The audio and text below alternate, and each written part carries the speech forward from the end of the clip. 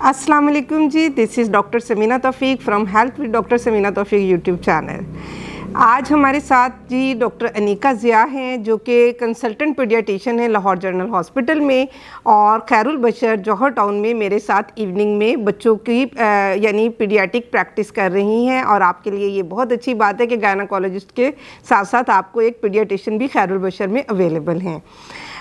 Doctor Anika ने जी अल्लामा Iqbal medical college से अपनी ग्रेजुएशन की और उसके बाद FCPS किया, और ये जी सिल्वर मेडल इन्होंने 2 हासिल किए, डिस्टिंक्शन पोजीशन होल्डर हैं और बहुत ही मेहनती, और अल्लाह ताला ने इनके हाथ में जी बड़ी शिफा दी है।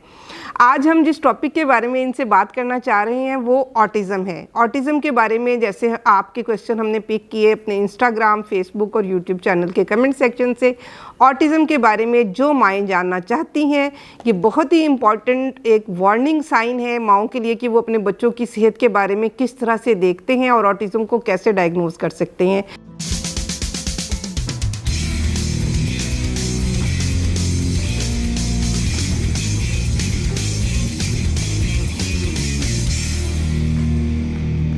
तो आइए जनाब हम स्टार्ट करते हैं अपना question answer session doctor Anika के साथ, और जिस बारे में है वो है जी ऑटिज़म। अस्सलाम वालेकुम डॉक्टर अनीका। वालेकुम अस्सलाम रहमतुल्लाहि व बरकातहू। कैसी हैं? मैं बिल्कुल ठीक ठाक। डॉक्टर अनीका, आप समझती हैं कितना इम्पॉर्टेंट एक टॉपिक है ऑटिज़म, और जैसे मैं समझती हूँ कि बहुत ही निगलेक्टेड भी है। अक्सर हमारे पास बहुत ही लेट बच्चे रिपोर्ट हो रहे होते हैं, डायग्नोज नहीं हो रहा होता है। एक तो डायग्नोसिस नहीं है, दूसरा डिनाइल है, इसकी एक्सेप्टेंस नहीं है। हाँ जी, तो थोड़ा सा मैं चाहूँगी कि क्वेश्चन आंसर शुरू करने से पहले अगर आप ऑटिज़म के बारे में हमारी ऑडियंस को कुछ बता सकें, ये क्या बीमारी है और किस तरह से ये प्रेजेंट करती है। थैंक यू मैडम, ये आप लोगों ने एक बड़ा ही अच्छा टॉपिक चूज़ किया है ऑटिज़म, क्योंकि इसके बारे में ऑटिज़म अवेयरनेस जो है वो इंतहाई इम्पॉर्टेंट है। हमारी आवाम अभी तक इस बीमारी को एक बीमारी के तौर पर, जैसा कि मैडम ने कहा है, एक्सेप्ट करते ही नहीं हैं। पेरेंट्स, इवन इन पढ़े लिखे पेरेंट्स, और आगे जब हम इसका डाटा आपसे डिस्कस करेंगे तो आपके लिए ये बड़ी हैरानकुन बात होगी कि इसका इंसिडेंस पढ़ी लिखी फैमिलीज़ में बहुत ज़्यादा है। तो वो पेरेंट्स भी, इवन बहुत सारे डॉक्टर्स हमारे पास ऐसे आते हैं जिनके बच्चों में इस बीमारी की तशख़ीस होती है और वो भी डिनाइल के स्टेज में रहते हैं। डिनाइल का मतलब यह है कि वो मानते ही नहीं हैं कि ये बीमारी है, और इसी वजह से उसको लेट प्रेजेंटेशन, देर से डॉक्टर से रब्ता करने की वजह से उसका आइंदा आने वाली ज़िंदगी पे असरात उसके मनफी वो ज़्यादा पड़ना शुरू हो जाते हैं, और उसका इलाज करना जो है वो उतना ही डॉक्टर्स के लिए डिफ़िकल्ट हो जाता है। तो ऑटिज़म अवेयरनेस जो है वो 1 अप्रैल को पूरी दुनिया में वर्ल्ड ऑटिज़म अवेयरनेस डे के तौर पे सेलिब्रेट किया जाता है, और पूरी दुनिया में इस चीज़ पे, इस बीमारी पे बहुत काम हो रहा है। और अब पाकिस्तान में भी पाकिस्तान ऑटिज़म सोसाइटी और हमारे डॉक्टर्स के मुख्तलिफ जो ग्रुप्स हैं, डेवलपमेंटल पीडियाट्रिक्स के एसोसिएशन के साथ हम लोग काम कर रहे हैं ताकि इस बीमारी के बारे में लोगों को ज़्यादा से ज़्यादा जो है वो नॉलेज दी जा सके, और पेरेंट्स जो हैं वो इससे रिलेटेड अपने जो भी क्वेश्चंस हैं उनको टाइमली एड्रेस कर सकें। Thank you doctor Anika. अच्छा डॉक्टर अनीका, मैं ये पूछना चाहूँगी क्या ये बीमारी पाकिस्तान में ज़्यादा कॉमन है, और दूसरा इसको थोड़ा सा आप एक्सप्लेन कीजिएगा कि कौन सी वो फैमिलीज़ हैं जो रिस्क पर हैं कि जिनके बच्चों में ये बीमारी हो सकती है। देखें, इस तरह से है मैडम कि सिर्फ़ और सिर्फ पाकिस्तान में ही नहीं, पूरी दुनिया में वर्ल्ड ओवर ये डिज़ीज़ रिपोर्टेड है, और इसका इंसिडेंस कुछ ख़ास फैक्टर्स हैं जिसकी वजह से बढ़ता जा रहा है आजकल।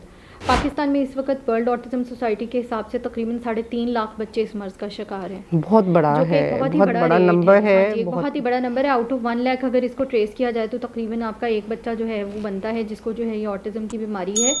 और दुनिया में इसका जो डाटा है वो बिल्कुल ही डिफरेंट है। USA का डाटा तो हमसे भी कहीं ज़्यादा आगे है, लेकिन हमारे लिए ये डाटा भी बहुत अलार्मिंग है। बिल्कुल। और इसका इंसिडेंस, जैसे मैंने आपसे पहले जिक्र किया, पढ़ी लिखी फैमिलीज़ में ज़्यादा है। उसकी रीज़न ये है कि एक तो वर्किंग पेरेंट्स होने की वजह से हम अपने बच्चों को अप्रॉप्रिएटली एज अकॉर्डिंगली जो टाइम देना होता है वो हम नहीं दे पाते, और हमने बच्चों को स्क्रीन टाइम उनका बढ़ा दिया है, फ़ोन पकड़ा दिए हैं। इवन खाना भी खिलाना है माँ ने तो कि बच्चा किस तरह से चुप हो जाए, उसके हाथ में फ़ोन पकड़ा दिया जाता है, टीवी लगा दिया जाता है, और अक्सर बच्चे जो है वो पूरा दिन फ़ोन और टीवी के ऊपर बैठे रहते हैं, और मदर्स उनको उतना अप्रॉप्रिएटली नहीं टाइम दे पाती। दूसरा, हमारे ये जो आइसोलेटेड फैमिली सिस्टम्स हो गए हैं, पहले आपने नोट किया होगा घरों में बड़े होते थे और जॉइंट फैमिली सिस्टम्स थी, तो अगर पेरेंट्स कोई और काम में मशगूल भी हैं तो घर के बड़े बच्चों को देख लेते थे। अब ये एक तो हमारे आइसोलेटेड फैमिलीज़ का न सिर्फ पाकिस्तान में, पूरी दुनिया में इसकी वजह से जो है वो ये बहुत इस बीमारी के इंसिडेंस में इंक्रीज़ हुआ है।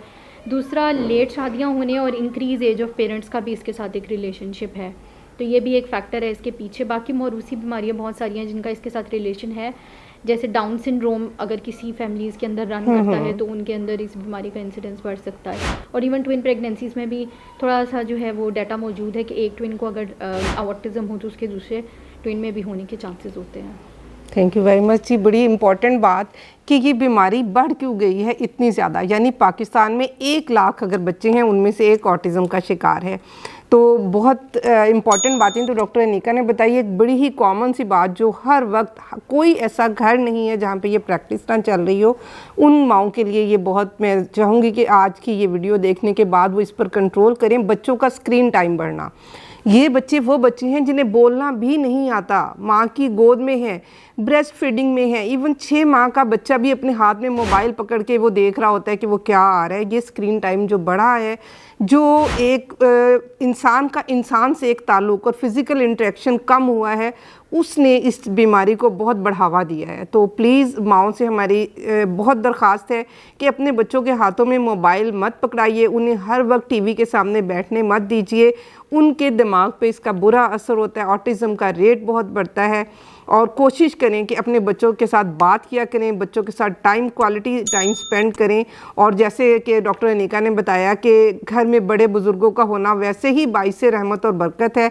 तो जब बड़े होते हैं, बड़ों का और बच्चों का एक बहुत ही खूबसूरत सा एक बॉन्ड होता है, एक दूसरे के साथ वो क्वालिटी टाइम स्पेंड करते हैं। तो अगर आपके घर में बुज़ुर्ग हैं तो अपने बच्चों को उनके साथ टाइम स्पेंड करने की आदत डालिए और स्क्रीन टाइम को प्लीज़ लिमिटेड कीजिए। ये बच्चे जो अभी मामा और बाबा कहना भी नहीं सीखते, उन्हें मोबाइल पकड़ना मत सिखाइए।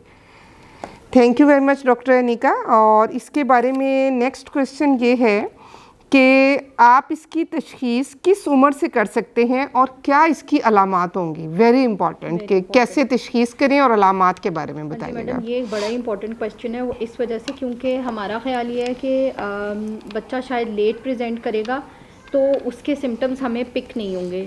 आप इसकी तशख़ीस इवन 6 मंथ्स की एज से शुरू कर सकते हैं। हमारे पास जो डाटा रिपोर्टेड है वो ये है कि चूँकि इसके अंदर 3 फैक्टर्स होते हैं, जिसके अंदर अलामात को भी मैं एक्सप्लेन कर दूँगी, आसानी हो जाएगी आसान अल्फाज में। 3 ब्रेन के एरियाज़ के अंदर डिफेक्ट पाया जाता है।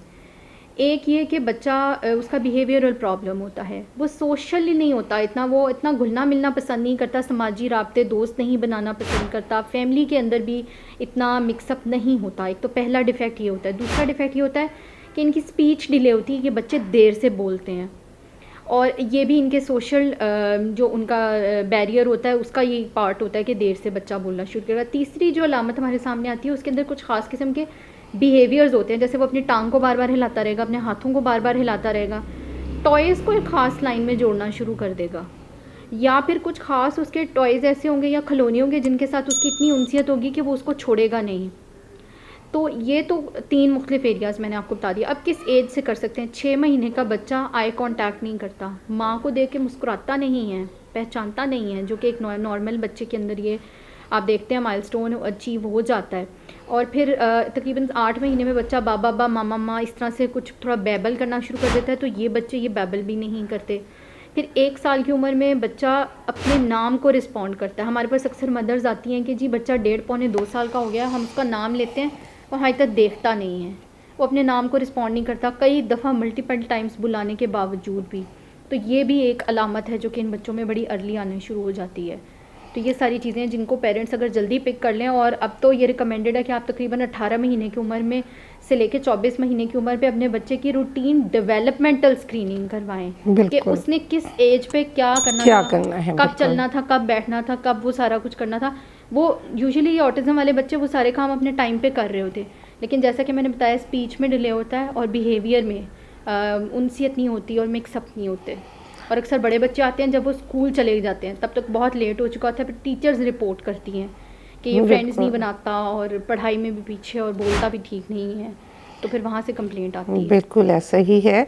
जैसे ऑटिज़म की बीमारी की अलामात के बारे में डॉक्टर अनीका ने बहुत अच्छा और बहुत डिटेल में 6 माह की उम्र से माएँ पिक कर सकती हैं कि इसकी अलामतें यही हैं कि बच्चे दूसरे बच्चों के साथ नहीं खेलते, घुलते मिलते नहीं हैं, कोई एक काम करते हैं तो करते ही चले जाते हैं, या वो अपने नाम को रिस्पॉन्ड नहीं कर रहे, माँ को नहीं पहचान रहे, या वो कोई एक टॉय के साथ इतने अटैच हो जाते हैं कि अगर आप वो उनसे लेते हैं तो वो उनका एग्रेसिव गुस्से वाला रवैया आ जाता है। तो ये सब चीज़ें चीज़ें आप देख सकते हैं, मॉनिटर कर सकते हैं।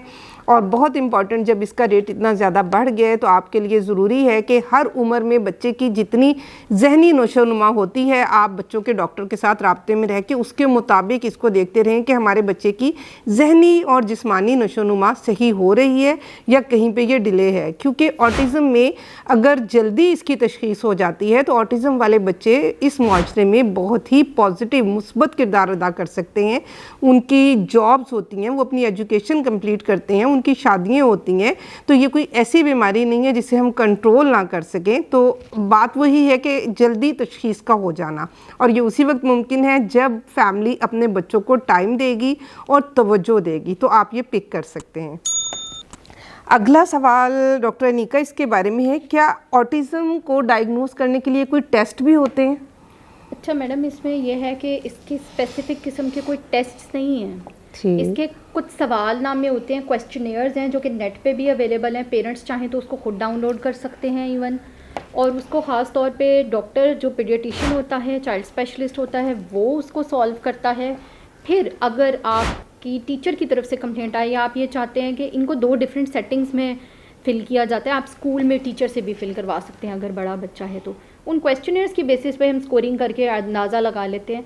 और जैसे कि मैंने आपको बताया था कि डाउन सिंड्रोम या इस तरह की कुछ मौरूसी बीमारियों के साथ अगर इसका रिलेशनशिप है तो उसके अलहदा से टेस्ट होते हैं। लेकिन ऐसा स्पेसिफिकली कोई आपको कह दे कि जी डाउन सिंड्रोम की बीमारी डायग्नोज करने के लिए ये महंगे टेस्ट करवाएं, तो ऐसा कोई टेस्ट नहीं होता।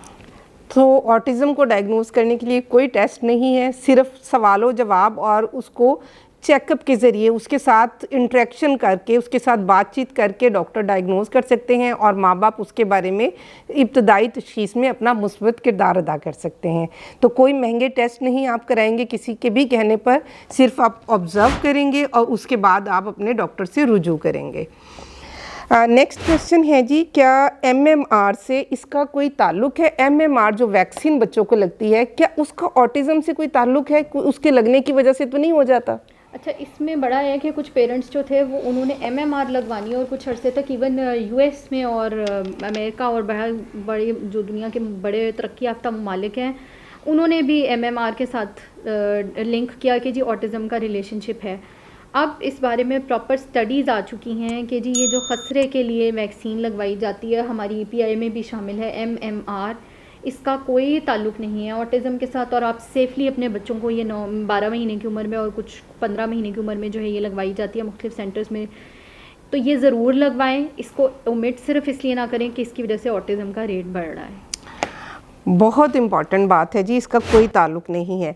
अच्छा, मैं चाहूँगी डॉक्टर अनीका कि आप थोड़ा इसका प्रोग्नोसिस और फिर क्या ये बच्चा अपनी नॉर्मल लाइफ जैसे मैंने कहा कि हो भी जाती है, तो आप थोड़ा सा कुछ हमें बताना चाहेंगी कि इसका क्या प्रोग्नोसिस है और नॉर्मल लाइफ ये ऑटिज़म वाला बच्चा जो डायग्नोज्ड है कैसे गुजार सकता है? जी बिल्कुल, एक ऑटिज़म वाला बच्चा बिल्कुल नॉर्मल लाइफ गुजार सकता है और उसकी जॉब भी होगी, जैसे कि मैडम ने बताया, उसकी एजुकेशन भी वो अपनी कंप्लीट कर सकता है, उसकी शादी भी होगी और उसके बच्चे भी होंगे आगे। और क्या चीज़ है जो कि आप कर सकते हैं उसके लिए सिर्फ उसे थोड़ी सी इजाफी मदद की ज़रूरत है, जो कि पेरेंट्स की तरफ से इनिशियली और बाद में थ्रू आउट द लाइफ जितने भी उसकी लाइफ में लोग आएंगे फ्रेंड्स की फॉर्म में और फिर आगे लाइफ पार्टनर की फॉर्म में, वो उसको भी प्रोवाइड कर सकते हैं।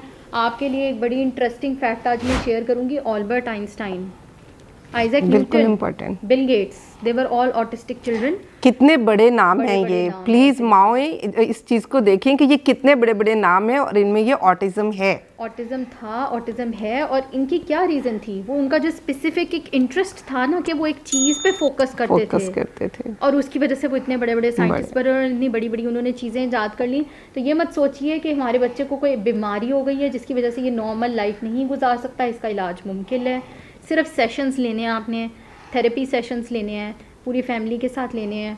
उसको स्पीच थेरेपिस्ट, पूरी एक टीम होती है डेवलपमेंटल थेरेपिस्ट की, स्पीच थेरेपिस्ट की और उसके बाद पीडियाट्रिशियन की, और वो मिल के इस मसले को हल करते हैं। लेकिन फिर वही बात आ जाती है, इलाज तभी मुमकिन है जब आप इसको टाइमली पिक करेंगे। बिल्कुल पिक करेंगे और इसमें ऐड करना चाहूँगी कि इसको कबूल कर लेंगे। एक्सेप्टेंस, यानी ये बीमारी है, इसको तशखीस कीजिए, इसको कबूल कीजिए और इसके इलाज में अपने बच्चे का साथ दीजिए। डॉक्टर अनीका ने कितने बड़े बड़े नाम बताए हैं, बिल गेट्स, जिनके लिए हम सब ये सब जो सोशल मीडिया में हम यूज़ कर रहे हैं और जितनी तरक्की हो चुकी है, आप सोचें कि उनका भी फोकस यही था और वो उनमें भी ऑटिज़म था। तो आपका बच्चा क्यों नहीं? आपका बच्चा आपका कीमती सरमाया है, उसे आप तवज्जो दीजिए, उसकी तशखीस कीजिए और उसे अपने साथ कदम से कदम मिलाकर चलने में मदद कीजिए। अपना बहुत ख्याल रखिएगा। कोई भी और सवाल आपके जहन में ऑटिज़म के बारे में आता है, हमारे कमेंट सेक्शन में आप पूछ सकते हैं। डॉक्टर अनीका से अगर आप बच्चे की तशखीस के मामले में हेल्प लेना चाहें तो खैरुल बशर में आप आकर इवनिंग में उनसे कंसल्ट कर सकते हैं। अपना बहुत ख्याल रखिएगा। फ़ी अमान अल्लाह।